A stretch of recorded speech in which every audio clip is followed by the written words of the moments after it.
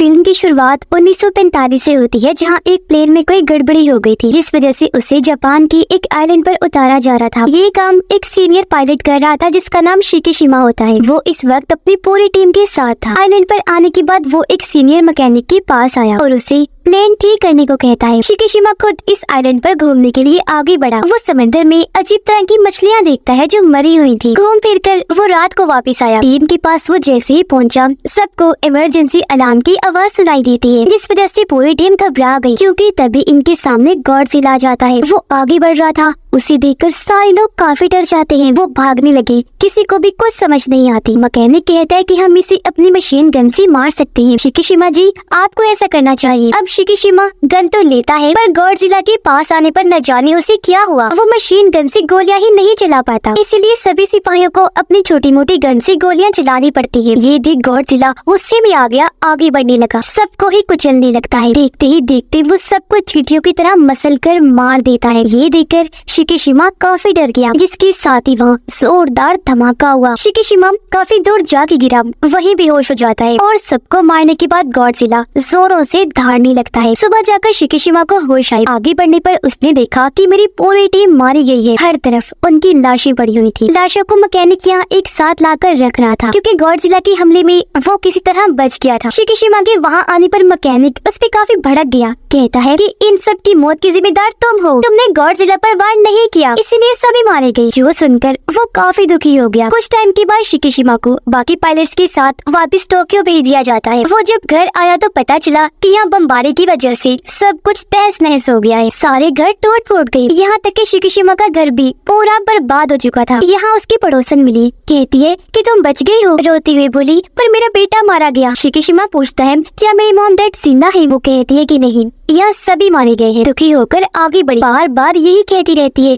कि हमारी किस्मत ही खराब है, जिसमें हमारे साथ ये सब हो गया। शिकीशिमा जब आगे बढ़ा तो पुलिस एक औरत के पीछे पड़ी हुई थी। उसने हाथ में बच्चा उठाया हुआ था। औरत जब भाग गई थी तो वो उसके सामने आ गया। तब औरत शिकीशिमा को वो बच्ची पकड़ाकर वहाँ से भाग जाती है। वो जब थोड़ा आगे बढ़ा तो वही औरत उसके पास आई। शिकीशिमा उसे पूछता है कि तुम कौन हो? वो बताती है कि मेरा नाम नोरी है। ये बच्ची मुझे एक जगह पर मिली थी, मैंने इसे ले लिया क्योंकि इसके मॉम डैड भी धमाके में मारे गए। ये सुनकर शिकीशिमा कहता है ठीक है, और बच्ची उसे पकड़ाकर आगे बढ़ने लगा। नोरी भी उसके पीछे पीछे जाने लगी। कहती है कि तुम हमें इस तरह अकेले नहीं छोड़ सकती। रात के वक्त ये लोग शिकीशिमा के घर के पास गए। नोरी बताती है कि मेरा इस दुनिया में कोई नहीं है, और सच बात तो ये है कि इस बच्चे की मॉम ने इसे मेरे हवाले कर दिया था, ये कहकर कि अगर मुझे कुछ भी हुआ तो इसे तुम पाल लेना। जो सुनकर शिकीशिमा काफी खुश हो गया। कहता है कि तुम बहुत अच्छे इंसान हो जो इस छोटी सी बच्ची को पाल रही हो। अगले दिन काम की तलाश में शिकीशिमा आगे बढ़ा। पड़ोसन उससे पूछती है कि वो औरत और बच्ची कौन है। शिकीशिमा जवाब देता है कि मुझे नहीं पता, वो मेरे पीछे आ गई थी, हमारी तरह वो भी बेघर और लाचार है। पड़ोसन फिर पूछती है कि वो बच्ची हर वक्त क्यों रोती रहती है, क्या उसकी मॉम उसे दूध नहीं पिलाती, कोई चीज नहीं खिलाती? शिकीशिमा कहता है कि वो उस औरत नोरी की बच्ची नहीं है। ये सुनकर पड़ोसन को बच्ची पर तरस आ गया। वो उसे दूध पिलाती है। ये उसे शुक्रिया अदा कहते हैं और एक साथ ही रहने लगे। 1 साल तक सब ऐसे ही चलता रहा। एक दिन शिकीशिमा कहता है कि मुझे गवर्नमेंट की एक नौकरी का खत मिला है, जिसमें मैंने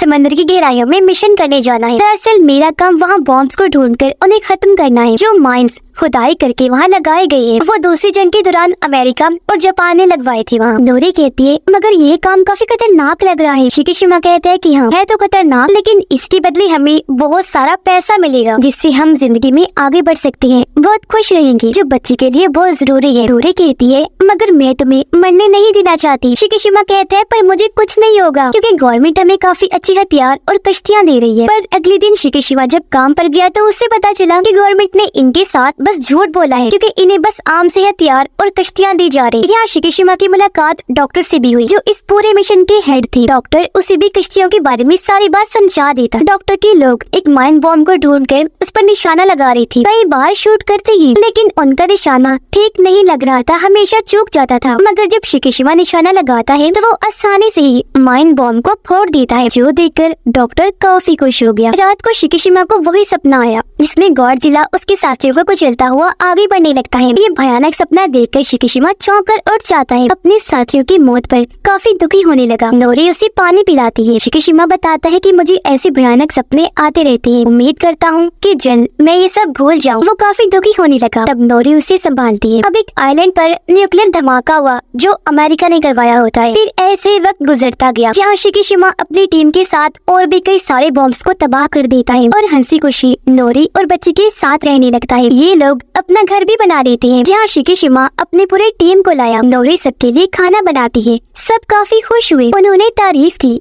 कहती है, भाभी खाना बहुत मजे का बना है। ये सुनकर नोरी कहती है, मैं शिकिशिमा की वाइफ नहीं हूँ। जो सुनकर पूरी टीम काफी चौंक जाती है। तब शिकिशिमा उन्हें बताता है कि धमाके की बात से ही ये मेरे साथ रह रही है, क्योंकि इसका मेरी तरह कोई भी नहीं है और ये बच्ची भी हम दोनों की नहीं है। जिस पर टीम कहती है कि आप दोनों को शादी कर लेनी चाहिए। एक दिन नोरी शिकिशिमा को कहती है कि मुझे एक जगह पर नौकरी मिली है, मैं जल्द ही अपने पैरों पर खड़ी हो जाऊंगी और बच्ची को पड़ोसन संभाल लेंगी। मेरी उनसे बात हो गई है। जिस पर शिकिशिमा भी मान जाता है। अब बताया गया कि अमेरिका जगह जगह न्यूक्लियर हमले करवा रहा है, जिसका उल्टा असर ये हुआ कि गॉडजिला और ज्यादा बड़ा, खतरनाक और ताकतवर बन गया है और अब वो जापान की तरफ बढ़ रहा था। अब ये टीम जब आगे बढ़ी तो इन्हें वो शिप बर्बाद हुई नजर आई जो 1945 में गॉडजिला के हमले से बर्बाद हुई थी। ये देखकर टीम काफी चौंक गई। वो सोचते हैं कि ये काम भला कौन सा जानवर कर सकता है जो इतना बड़ा था। तब शिकिशिमा बताता है कि ये गॉडजिला ने किया था, क्योंकि वहाँ उसे मरी हुई मछलियाँ नजर आ जाती है। वो बताता है कि जब भी गॉडजिला ऊपर आने वाला होता है तब वो नीचे के जानवरों को मार कर ऊपर भेज देता है। ये चीज मैंने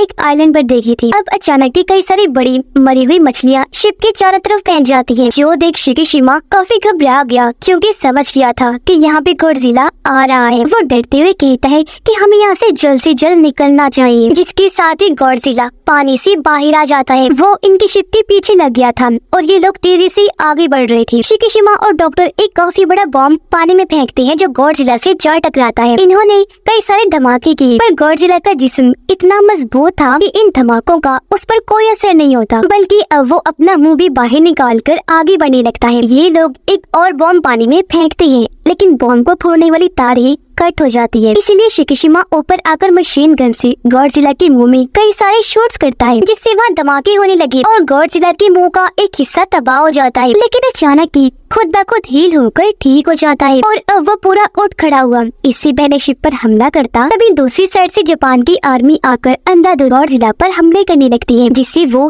काफी गुस्से में आ गया। शिप के नीचे से जाकर हमला कर देता है। पूरी शिप को पलटने लगा, मगर वो लोग अभी भी नहीं रुकते, बार बार उस पर वार करते रहते हैं, जिससे गॉडजिला भी जख्मी हो गया पानी में चला जाता है और अब वो खतरनाक लहरें छोड़कर शिप को पलट के ही रख देता है। फिर पानी से बाहर आकर जोर से दहाड़ने लगा। शिकिशिमा की टीम काफी डर जाती है और अब वो वापस से पानी में चला जाता है। इस हमले में शिकिशिमा भी काफी जख्मी हो गया। वो जब घर आया तो नोरी उसे देखकर काफी परेशान हो जाती है। कहने लगी कि तुमने इतने सालों से हमें संभाल रखा है, पर आज तक नहीं बताया कि तुम इतनी परेशान क्यों रहती हो। शायद तुम मुझे अपनी जिंदगी का हिस्सा नहीं समझती, और अगर तुम अपने दुखों को सुनाकर बांट लोगे तो वो तुम्हें कम लगेंगी। तब शिकिशिमा बताता है कि 1945 की मेरी गलती की वजह से सारी टीम मारी गई। मुझे मशीन गन से गॉडजिला को मारना था, लेकिन मैं काफी डर गया। हमला मुझसे हुआ ही नहीं, इस वजह से गॉडजिला ने मेरी पूरी टीम को मार दिया। ये सुनकर नोरी उसे संभालती है कि देखो, जो किस्मत में लिखा है वो होकर ही रहता है, और जिसे जिंदा रहना है वो किसी भी हालत में नहीं मरेगा। शिकिशिमा कहता है, मैं हर रोज ये चीजें याद करके मरता हूँ। काश मैं भी उनके साथ उसी आइलैंड पर ही मर जाता। नोरी फिर उसे समझाती है कि देखो, अगर आज तुम जिंदा हो तो जरूर तुम्हारी जिंदगी का कोई बड़ा मकसद बाकी। उधर समंदर में गॉडजिला फिर से आ गया, जो अब एक शिप की तरफ बढ़ने लगता है। वो टीम भी गॉडजिला पर अंधाधुंध हमले करने लगती है। घर में शिकिशिमा बच्चे के साथ था, जहाँ अचानक इमरजेंसी अलार्म बजने लगता है। रेडियो में बताया जा रहा था कि गॉडजिला ने एक शहर पर हमला कर दिया है, जो सुनकर शिकिशिमा को नोरी के लिए काफी फिक्र होने लगी, क्योंकि वो भी उसी शहर में ही नौकरी के लिए गई, जबकि उस शहर में गॉडजिला तबाही मचाता हुआ आगे बढ़ने लगता है। इस वक्त नोरी एक ट्रेन में बैठे गॉडजिला को देख रही थी और अब वो उस ट्रेन पर ही हमला करके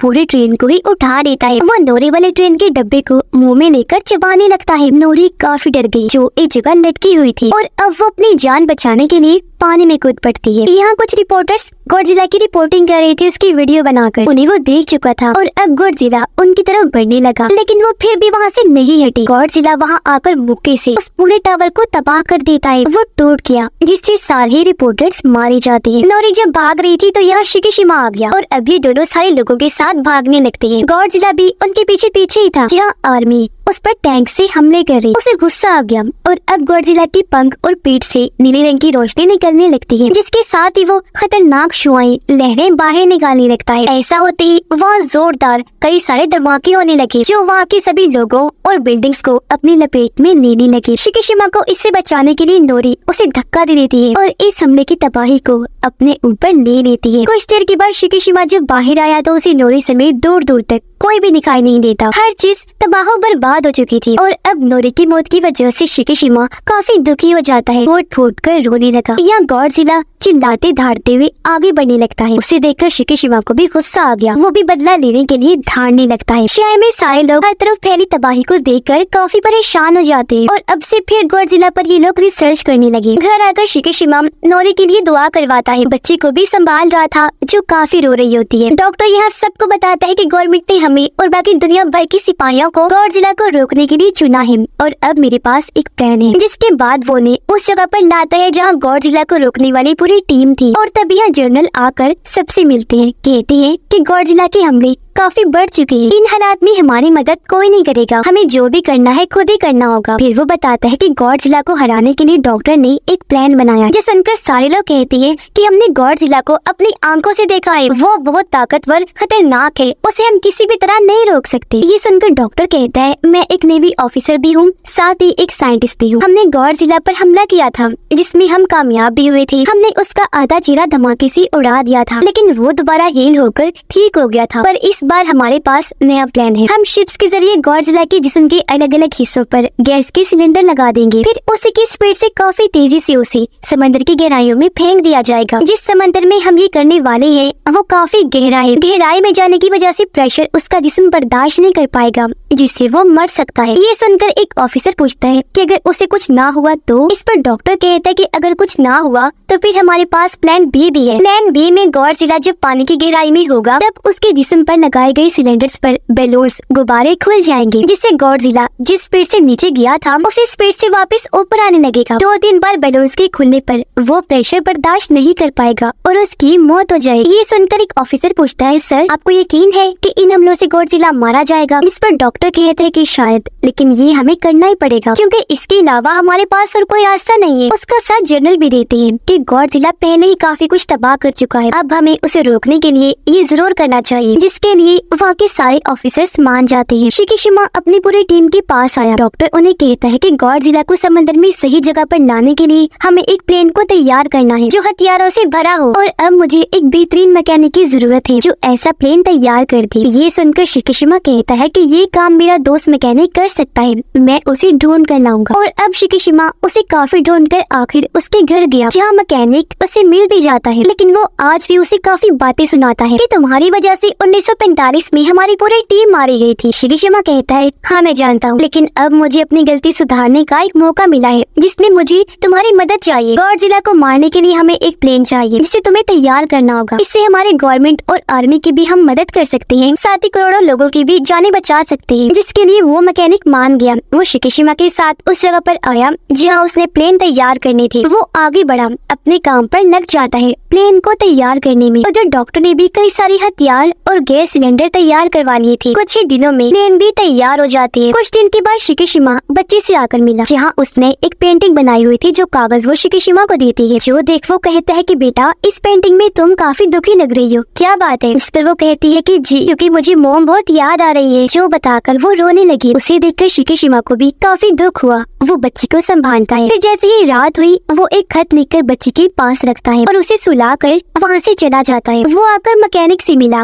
जिसने और भी कई सारे प्लेन्स तैयार कर लिए थे। एक प्लेन में शिकीशिमा बैठ गया। तब मैकेनिक उसे बताता है कि मैंने इसमें भी बॉम्ब, हथियार और गैस सिलेंडर लगा दिया है, तुम्हें बस इस प्लेन को और इसके बटन्स को अच्छे से इस्तेमाल करना होगा। 1945 में गॉडजिला ने कुचलकर तुम्हारे सभी साथियों को मार दिया था, पर आज तुम उसे मारकर अपना बदला जरूर लेना। जिस पर शिकीशिमा कहता है कि हाँ मैं ऐसा करूँगा जरूर। वो फिर बच्चे की बनाई हुई पेंटिंग देखने लगा जो इन तीनों की ही थी, और यहाँ वो बच्चे के साथ साथ नोरी को भी याद करने लगता है। अगले दिन बच्ची पड़ोसन के पास आकर उसे शिकीशिमा का खत देती है, जो असल में पड़ोसन के लिए ही था। खत के साथ कुछ पैसे थे। खत में लिखा था कि इन पैसों से बच्ची का ख्याल रखना। जो अधिक पड़ोसन समझ गई कि अब शिकीशिमा जिस मिशन पर गया है वहाँ से वापस कभी नहीं आएगा। जबकि उधर सभी शिप्स समंदर में आगे बढ़ने लगती है अपने लोकेशन पर जहाँ इन्हें जाना था। वो पानी में डिवाइसेस की मदद से आवाज पैदा करते हैं गॉडजिला को परेशान करने के लिए, जबकि शिकीशिमा अब अपने प्लेन को लेकर उड़ जाता है। गॉडजिला डिवाइसेस की आवाज से परेशान होकर पानी से निकलकर एक शहर में आ गया था। शिकीशिमा प्लेन को लेकर गॉडजिला के काफी करीब से गुजर जाता है, फिर उसके चारों तरफ घूमकर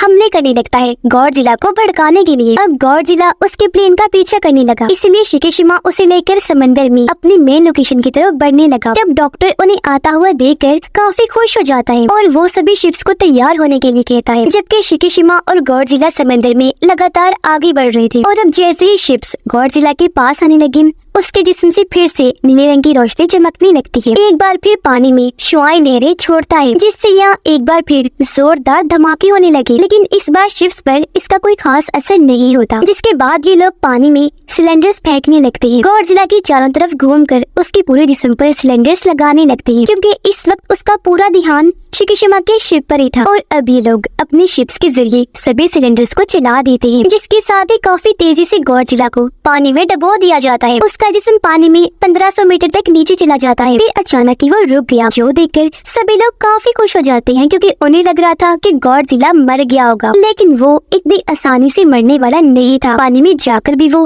उनकी रस्सियों को खींचने लगता है, जिससे वो भी समझ गई कि वो अभी तक जिंदा है। इसलिए अब वो प्लान बी के मुताबिक सिलेंडर में लगाए गए बलून्स को ओपन करने लगते हैं, जिससे गॉडजिला एक बार फिर से तेज स्पीड में ऊपर आने लगता है। लेकिन 800 मीटर पर आने के बाद वो रुक जाता है और अब वो उन बलून्स को एक एक करके तोड़ने लगता है। इसीलिए अब रस्सियों को खींचकर गॉडजिला को ऊपर लाने की कोशिश की जाती है। कुछ ही देर में वो ऊपर आ तो गया, पर उसके जिस्म पर एक भी खरोच नहीं आई होती। वो जोर से धाड़ने लगा, फिर से शुआओं की लहर बनाने की तैयारी करता है। उसका खतरनाक बड़ा सा देखकर सब लोग काफी डर जाते हैं। अपनी मौत को सभी लोग अपनी आंखों के सामने देख रहे थे। वो हिम्मत अब हार चुकी थी, लेकिन अभी भी शिकीशिमा प्लेन में बैठकर आगे बढ़ रहा होता है, जहां उसे अपने मरे हुए साथियों के साथ ही नोरी की भी याद आने लगती है और उसे एक बार फिर बदले का ख्याल आया। इसीलिए अपने प्लेन को लेकर वो गॉडजिला के मुंह में ही घुस जाता है। और अब जैसे प्लेन तबाह हुआ, काफी बड़े धमाके के साथ गॉडजिला का पूरा मुंह ही उठ जाता है। ये देखकर डॉक्टर और सारे लोग शिकीशिमा की मौत पर काफी दुखी हो जाते हैं, पर कुछ ही दूरी पर पैराशूट पर उड़ते हुए उन्हें शिकीशिमा नजर आ जाता है, जो देखकर सभी काफी खुश हो जाते हैं कि थैंक गॉड वो अभी जिंदा है। इस सब के बारे में रेडियो के जरिए मैकेनिक को भी पता चल गया था, जो जानकर वो भी काफी खुश हो जाता है और उसे याद आया कि हाँ, मैंने शिकीशिमा को बताया था कि इस प्लेन में पैराशूट भी है। उसे इस बात से काफी खुशी हुई कि उसने अपनी जहानत से इस मिशन को कामयाब बना लिया, क्योंकि पैराशूट से उड़ते हुए शिकीशिमा देखता है कि गॉडजिला का बिना मुंह का जिस्म नीली रोशनी छोड़ते हुए कई सारे टुकड़ों में बढ़ जाता है और वो सारे टुकड़े पानी में जा गिरते हैं और इस तरह गॉडजिला का खात्मा हो जाता है। सभी लोग शिकीशिमा की बहादुरी पर काफी खुश हुए, उसे इज्जत के तौर पर सल्यूट करते हैं। और अब यह मिशन के पूरा होते ही ये लोग वापस बेस पर आए, जहाँ भी सारे लोग काफी खुश थे। यहाँ मैकेनिक शिकीशिमा से मिलकर उसे गले से लगा लेता है, कहने लगा कि शुक्र है आखिरकार अपनी बहादुरी से तुमने ये कर ही लिया। यहाँ उसे मिलने पड़ोसन और बच्चे भी आए। पड़ोसन उसे एक खत देती है, जो पढ़कर शिकीशिमा काफी हैरान भी हुआ, साथ ही काफी खुश भी हो जाता है, क्योंकि ये खत नोरी का था, जो भी जिंदा थी और घर में इनका इंतजार कर रही थी। ये लोग घर आकर नोरी से मिलते हैं, जो हमले में किसी तरह बच गई थी पर काफी जख्मी थी। ये तीनों एक दूसरे से मिलकर बहुत खुश हो जाते हैं। नोरी उससे पूछती है,